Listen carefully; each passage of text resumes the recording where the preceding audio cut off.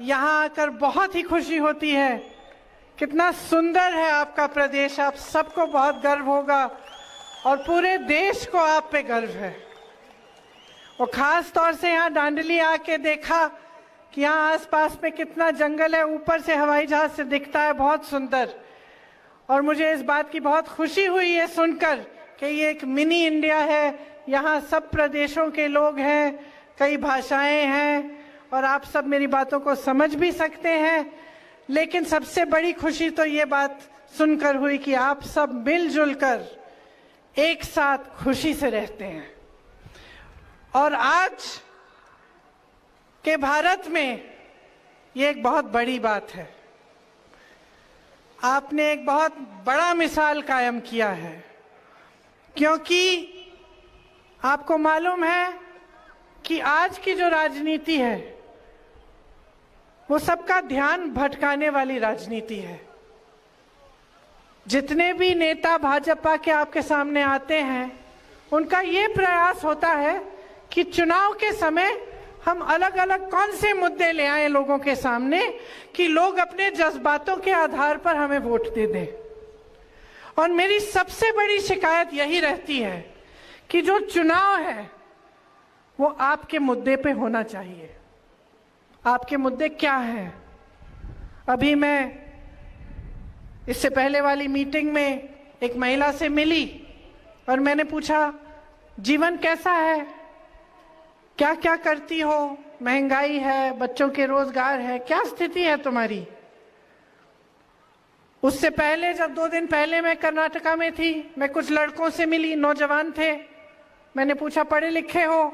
जवाब आया हाँ। किसी ने बीटेक की थी, किसी ने बीए की थी। नौकरी है? नौकरी नहीं है।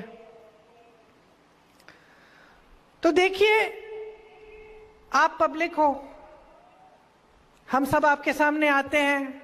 मैं अपनी बात करूंगी, कांग्रेस की बात करूंगी, कोई और आएगा बीजेपी की बात करेगा, कोई और आएगा किसी और दल की करेगा।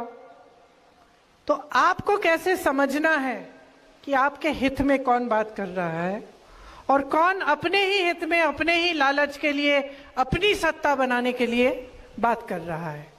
इसके लिए सबसे बड़ी चीज आपका ही अनुभव है। आपका जीवन कैसा है? तो मैं आपसे पूछना चाहती हूं, पिछले 3.5 सालों से बीजेपी की सरकार चल रही है कर्नाटका में। कुछ दिनों पहले मैं टीवी देख रही थी, मैंने देखा कि गृह मंत्री जी आए थे। उन्होंने 4 उम्मीदवारों को, बीजेपी के उम्मीदवारों को इसी तरह से मंच पे खड़ा किया और मंच पे खड़ा करके ये कह रहे थे, कर्नाटका की जनता, आप अपने प्रदेश को हमारे हवाले कर दो, इनको छोड़ दो, हमारे हवाले करो, मोदी जी के हवाले करो। तो मेरे मन में ये बात आई कि पिछले 3.5 सालों के लिए किसके हवाले था? क्या बीजेपी के हवाले नहीं था? क्या इनकी सरकार नहीं है? और परिस्थितियां क्या है?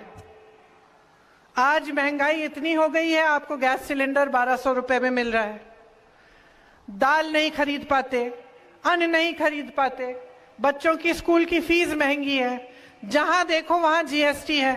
छोटे छोटे जो मेरे दुकानदार भाई बहन हैं, क्या करते हैं? हर चीज पे पहले तो नोटबंदी आई, उसके बाद जीएसटी। महंगाई इतनी बढ़ चुकी है कि आप गुजारा नहीं कर पा रहे हैं। नौजवान कितने हैं यहाँ? हाथ उठा के दिखाओ। नौजवान ही उठाना, पता चला बुजुर्गों ने भी उठा लिया हाथ। आप में से कितने बेरोजगार हैं? बताइए, हाथ उठाइए। काफी? आप में से कितनों को सरकार ने नौकरी दी है 3.5 सालों में? किसी को नहीं दी। अब आपको मालूम होगा कि 2.5 लाख रोजगार खाली पड़े हैं। सरकार के 2.5 लाख पद खाली हैं। इसका मतलब है कि आपको रोजगार मिल सकते थे, लेकिन आपको नहीं दिए गए। आपके माँ बाप ने मेहनत करके, ईमानदारी से आपको शिक्षित किया। शिक्षित तो तमाम है नौजवान यहाँ कर्नाटका के, लेकिन आपको रोजगार नहीं मिल रहा। तो महंगाई बढ़ रही है, टैक्स बढ़ रहे हैं, किसानों को फसल का दाम नहीं मिल रहा है, जहां गन्ने का किसान है वो रो रहा है, जहां कपास का किसान है वो रो रहा है, उनको दाम नहीं मिलते सही, और जो भी उनको इस्तेमाल करना पड़ता है किसानी खेती करने के लिए उस पे भी जीएसटी है। कोई बड़े संस्था नहीं बनाई है, कोई नए नए अस्पताल नहीं बनाए हैं, शिक्षा के नए नए केंद्र नहीं बनाए हैं, जो है वो पहले बनाया गया था।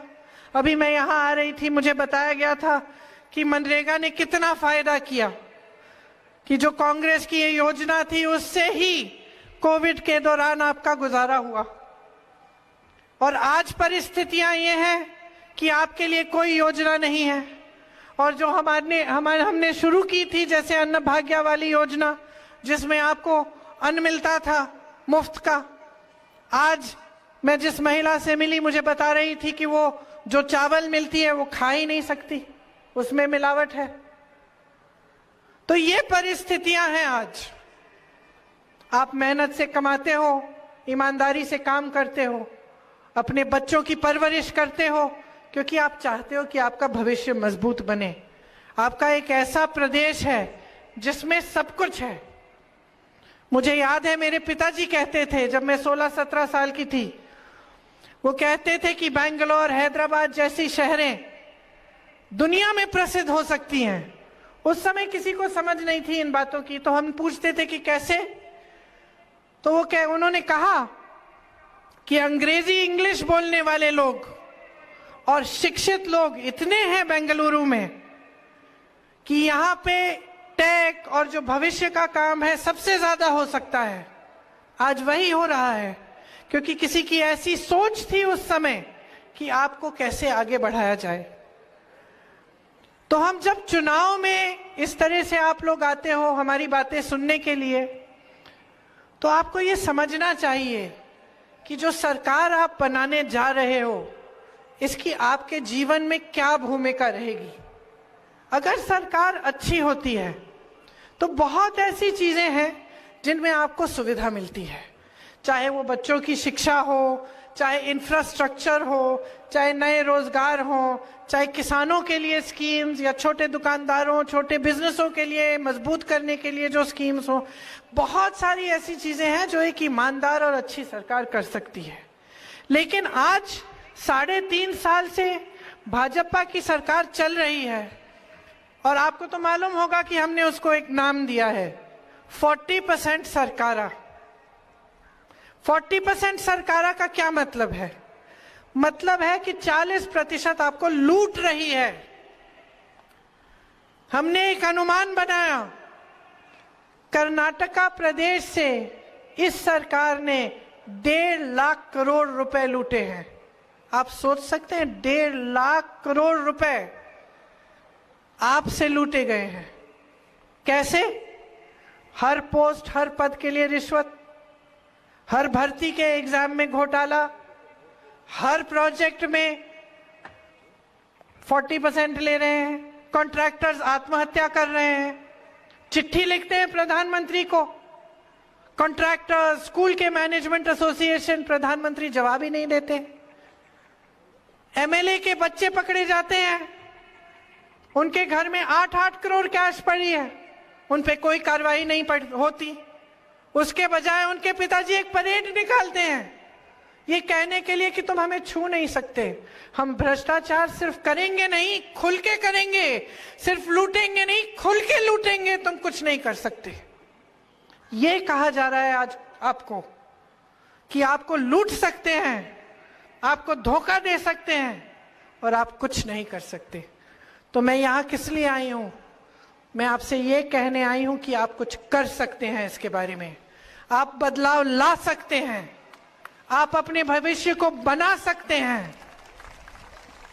निकाल दीजिए इनको। आपको हर स्तर पर लूटा है। ये 1.5 लाख करोड़ रुपए, इनसे 100 एम्स बन सकते थे आपके लिए। जाने कितने किलोमीटर मेट्रो बन सकती थी, कितने हजारों किलोमीटर सड़कें बन सकती थी, अस्पताल बन सकते थे, शिक्षा के संस्थान बन सकते थे। और कहां गए ये पैसे? लूट के कहां गए, किसकी जेब में है, किसके घरों में है, आपको सब कुछ दिख रहा है। आपको मन बनाना है कि आप किस तरह की राजनीति इस देश में चाहते हैं। यहां आकर एक जाति को दूसरी जाति के खिलाफ करना, एक धर्म को दूसरे धर्म के खिलाफ करना, चुनाव के समय अचानक ऐसे मुद्दे निकालना जिसपे आपके जज्बात हिल जाएंगे, आप उनके पक्ष में वोट दे देंगे, लेकिन आप फिर एक बड़ा मौका खो रहे हैं। अगर आप इनकी बातों में पड़ेंगे और आप ऐसे नेताओं को बार बार आगे बढ़ाएंगे जो आपके मुद्दों की बात ना करें और सिर्फ फिजूल के मुद्दे उठाते रहें, तो नुकसान आप ही का होगा। आज आपके मुद्दे, जैसे मैंने कहा, क्या है? महंगाई का बहुत मुद्दा है। कांग्रेस कह रही है कि अगर आप कांग्रेस की सरकार लाएंगे तो महंगाई पे रोक लाएंगे, और सिर्फ ये नहीं, आपकी मदद करेंगे। आज मेरी बहनें जो सारी वहां पे बैठी हैं, कितना संघर्ष करती हो आप, घर भी चलाती हो, जॉब भी करती हो, खेती भी करती हो, घर आके सबका देखभाल भी करती हो।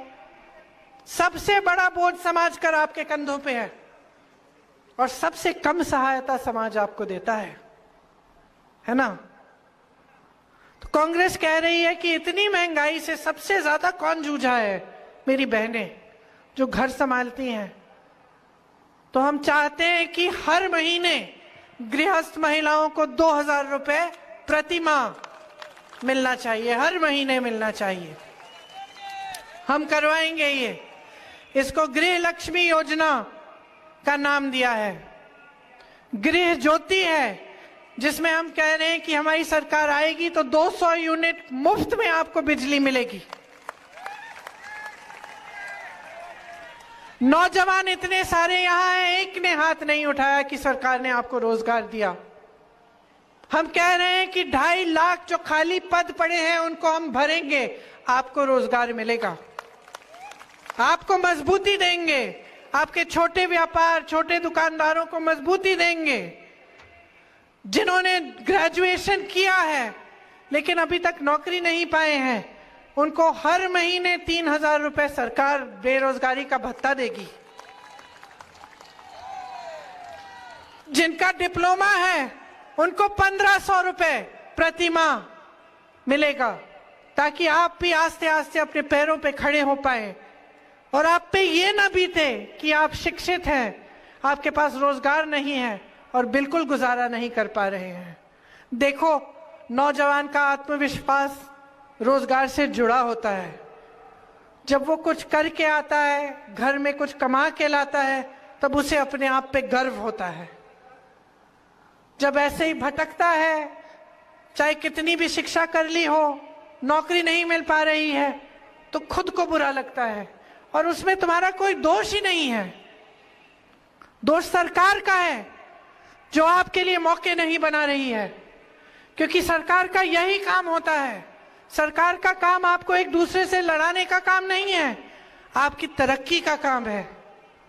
और इसी तरह से आपने जब नंदिनी बनाई, जो आपके कर्नाटका की एक कोऑपरेटिव है, आपकी मेहनत से बनी है और इतनी अच्छी है, अच्छी तरह से चल रही है। कांग्रेस की जब सरकार थी तो खूब दूध इकट्ठा होता था इसके द्वारा और किसानों को 5 रुपए प्रति लीटर मिलता था दूध के लिए। तो इतना दूध इकट्ठा होता था कि स्कूलों में भी हम बच्चों को दूध दे सकते थे। अब आप देखिए कि भाजपा की सरकार कैसी साजिश कर रही है। ये चाहते हैं कि नंदिनी अच्छी है, फूल रही है, फल रही है। अब चाहते हैं कि गुजरात से अमूल का कोऑपरेटिव आए और इसको हड़प ले। तो क्या कर रहे हैं? नकली शॉर्टेज पैदा कर रहे हैं। कहने लगे हैं कि दूध इकट्ठा नहीं हो रहा है। अरे भाई, जब 3 साल पहले इतना दूध इकट्ठा हो रहा था कि स्कूल के बच्चों को मुफ्त दे पा रहे थे, तो अब कैसे गायब हो गया? क्योंकि आप करवा रहे हैं, और करवा इसलिए रहे हैं क्योंकि चाहते हैं कि गुजरात का कोऑपरेटिव आए और आपकी नंदिनी को हड़प ले। ये है इस सरकार की नीयत। और सिर्फ यहां नहीं, हर स्तर पर लूट, जहां जहां इनको दिखता है कि कुछ अच्छा हो रहा है, उसमें लालच भर जाती है इनमें। और उसमें से अपने लिए कुछ निकालने की कोशिश होती है। लेकिन सरकार का काम है आपको देना, आपसे लेना नहीं। ये जो संपत्ति लूटी जा रही है ये आपकी है। जो सरकार सिर्फ बड़े बड़े उद्योगपतियों का फायदा देख रही है, पीएसयूज को उन्हें दे दिए, तमाम जो लोन है उनके लिए मुफ्त होता है, उनसे कुछ नहीं लेते, उनसे नहीं मांगते वापस। वो फूल रहे हैं, फल रहे हैं। एक अडानी की कमाई 1600 करोड़ रुपए एक दिन में, और भारत के एक किसान की कमाई 27 रुपए एक दिन में। और भारत की जितनी भी संपत्ति है सारी बड़े बड़े उद्योगपतियों को दे दी है। तो जब सरकार की नीयत यह होती है लूट, लालच, सत्ता, तो यही होता है। और इसे ठीक करने के लिए जनता को खड़ा होना पड़ेगा। जिन नौजवानों को रोजगार नहीं मिला है, अपना हक मांगो। जिन महिलाओं को कुछ नहीं मिलता, महंगाई से तरस रही हैं, अपना हक मांगो। जिनको लड़ाया जा रहा है एक दूसरे से, जाग जाओ।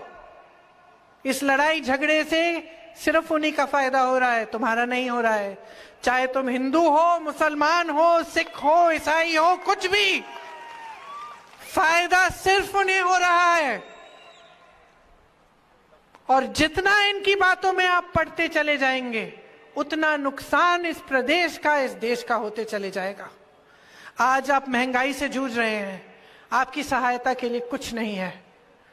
शेर देखने के लिए प्रधानमंत्री कर्नाटका आ जाते हैं, लेकिन आपकी समस्याओं को सुनने के लिए नहीं आते।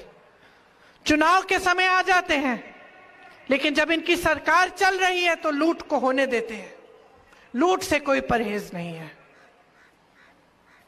और जब देखो आपका ध्यान इधर उधर भटकाना, अपने ध्यान को मत भटकने दो।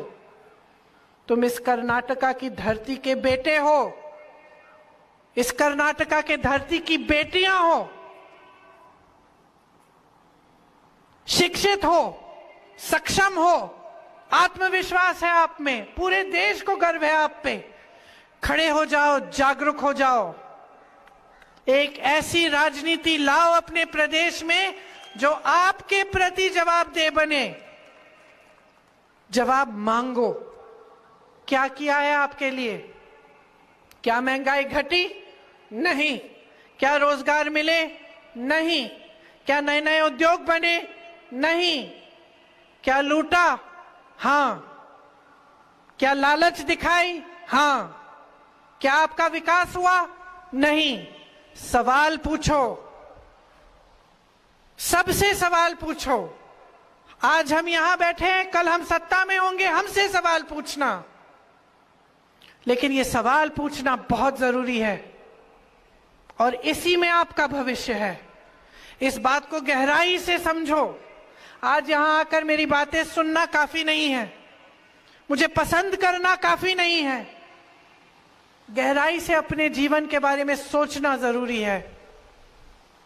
अगर आपको किसी नेता पे विश्वास था अतीत में, मुझे मालूम है आप में से बहुत लोग यहां आकर मुझे इसलिए भी देखने आते हैं क्योंकि आपने इंदिरा जी को देखा था। मुझे मालूम है इसमें मैंने कुछ बड़ा काम नहीं किया है, लेकिन उन्होंने किया था। और वो जो उनकी पहचान थी कि वो एक ऐसी नेता थी जिसने दिन रात एक किया आपके लिए, जो शहीद हुई आपके लिए, लेकिन पीछे हटी नहीं और आपका ध्यान कभी नहीं भटकाया। आपके मुद्दे थे, आपका विकास था, उसके लिए काम किया। आप आज तक उसे पहचानते हो। यहां जो बुजुर्ग हैं आज तक ये मुझे कहते हैं जब मैं मिलती हूं कि आपकी दादी याद है। तो ऐसे नेता हैं बहनों और भाइयों, आज भी हैं। कांग्रेस में बहुत हैं जो कर्मठ हैं, आपके लिए काम करना चाहते हैं, आपके भविष्य को मजबूत बनाना चाहते हैं। उनको पहचानो। और जब मन बनाओगे कि आपके लिए एक ऐसी ही सरकार आए जो आपको आगे बढ़ाए, जो आपके लिए योजनाएं लाए, तब आपकी तरक्की को कोई नहीं रोक पाएगा। तो यहां जो मेरी बहनें बैठी हैं, अपने बच्चों के भविष्य के बारे में चिंतित रहती हैं। मैं जानती हूं, मैं भी मां हूं, मैं भी मां हूं। मैं भी अपने 23 साल के बेटे को देख के सोचती हूँ क्या करेगा, अपनी 21 साल की बेटी को के बारे में सोचती हूँ कि क्या नौकरी करेगी, अकेले कैसे करेगी। आप भी सोचते हैं, आप भी भविष्य के लिए चिंतित हैं, लेकिन आपको यह समझना पड़ेगा कि यह भविष्य आप ही के हाथों में है। और जो चुनाव आ रहा है, इसमें जो आप वोट डाल रहे हो, एक बहुत बड़ी, बहुत कीमती चीज है। इसी से आपकी जिंदगी में आसानी आएगी, आपके संघर्ष कम होंगे, विकास आएगा, इसी से महंगाई कम होगी, इसी से तरक्की होगी। ये बात आप समझ लीजिए। तो बार बार मैं ये दोहरा रही हूं कि आपका प्रदेश एक ऐसा प्रदेश है जिसको श्री नारायण गुरु जी, श्री बसवन्ना जी जैसे महात्माओं ने सींचा। उनकी शिक्षा, उनसे आपकी परवरिश हुई है। आपकी संस्कृति, आपकी सभ्यता महान है। और ये संस्कृति, ये सभ्यता आपको एक ही चीज बताती है, सत्य के मार्ग पर चलो और जागरूक हो। उन्हीं का सपना था, उन्हीं का सपना था कि ऐसी सरकारें बने आपके लिए, लोग ऐसे लोग राज करें जो आपके लिए, पब्लिक के लिए समर्पित रहे। और वही सपना आपका ही होगा, क्योंकि कोई संघर्ष चाहता नहीं है, कोई महंगाई में जूझना नहीं चाहता, कोई नहीं चाहता कि अपने बच्चे को बड़ा करे, शिक्षित करे, इतनी मेहनत करके आगे बढ़ाए और फिर बच्चा ऐसे ही भटक रहा है, उसके लिए नौकरी नहीं है, कोई नहीं चाहता। इसीलिए इस बहुत महत्वपूर्ण मौके को समझिए और जब आप वोट डालने जाएंगे तो अपने पक्ष में वोट दीजिए, अपने भविष्य के लिए, अपने कर्नाटका के लिए, अपने प्रदेश के गर्व के लिए। आपने देखा होगा कि किस तरह की बातें उठती हैं। आरक्षण की बात हुई, आपको बताया गया कि आरक्षण बढ़ाया जाएगा। कर्नाटका में बहुत सारे एड्स भी डाले, बहुत सारी बातें की। वही सरकार भाजपा की कर्नाटका में, भाजपा की केंद्र में कुछ नहीं किया। 9th शेड्यूल में डालना था, नहीं डाला। तो कैसा आरक्षण बढ़ाएंगे? यहां पे झूठ, वहां पे रोक। तो पहचान लीजिए कि आपके सामने क्या है। बहुत समय से ये राजनीति चल रही है देश में, अब बहुत फूट फैला दी, बहुत गुस्सा चढ़ा दिया लोगों को, बहुत महंगाई दे दी आपको। और आपको इसी तरह से रखने के लिए उनका फायदा होता है। अगर आप बेरोजगार हैं, आप नाराज रहेंगे। अगर नौजवान में गुस्सा होता है, उसमें गुस्सा बहुत आसानी से भटकाया जा सकता है, बहुत आसानी से कहा जा सकता है कि भाई तुम्हें ये नहीं मिल रहा है, उसकी वजह से जाओ उससे लड़ो। तो आपको बेरोजगार रखना, आपको गरीब रखना, आपको त्रस्त रखना, आपको संघर्ष में रखना, किसी का फायदा हो रहा है इससे, कोई जानबूझ के कर रहा है। खड़े हो जाओ, मत करने दो, अपना भविष्य खुद बनाओ। सारी पार्टियों के स्कीम्स देखो, सारों की गारंटी, सारों के वचन देखो। ये देखो कि किसने अपना वचन निभाया, किसने अपना वचन तोड़ा। आज कांग्रेस की सरकारें राजस्थान में, छत्तीसगढ़ में, हिमाचल में एक एक वचन रखने का काम कर रही हैं। पुरानी पेंशन स्कीम बोला, पुरानी पेंशन स्कीम छत्तीसगढ़, राजस्थान में लागू है। किसानों का कर्ज माफ करने की बात कही, किसानों के कर्ज माफ किए। महिलाओं को कुछ देने का ऐलान किया, वो काम शुरू हो रहा है।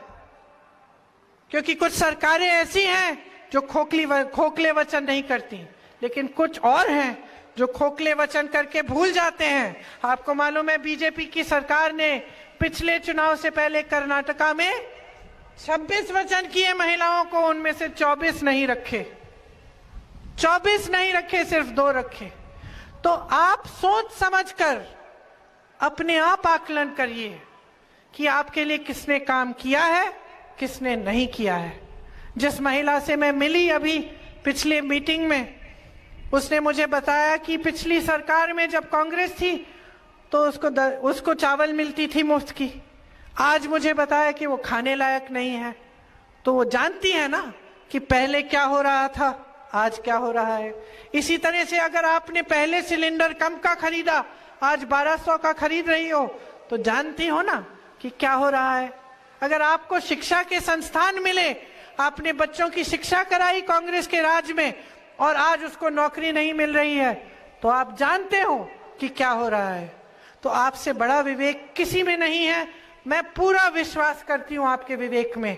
मैं जानती हूं कि जब आप चुनोगे तो आप अपने लिए चुनोगे, और जब अपने लिए चुनने की बात होगी तो सिर्फ कांग्रेस का हाथ होगा।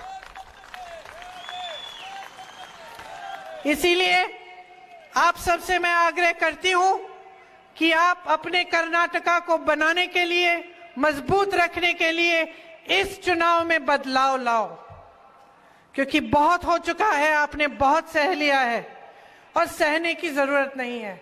आपको अपना भविष्य बनाना है, अपने बच्चों को आगे बढ़ाना है, और हम चाहते हैं कि कांग्रेस की सरकार आपके साथ इस भविष्य में भागीदार बने, लूट बंद हो, आपकी संपत्ति आपके हाथों में हो, और एक साथ हम आगे बढ़े कर्नाटका के गर्व के लिए और देश के गर्व के लिए। आप सबको बहुत बहुत धन्यवाद। आपने मेरी बातें सुनी। मैं क्षमा चाहती हूँ कि मुझे देर हो गई, और पता नहीं मैंने काफी बोला कि नहीं, वो तो देशमुख जी बताएंगे, देश पांडे जी बताएंगे। तो आप सबको बहुत बहुत धन्यवाद। मेरे साथ एक बार जोर से बोलिए, कर्नाटका की, कर्नाटका की।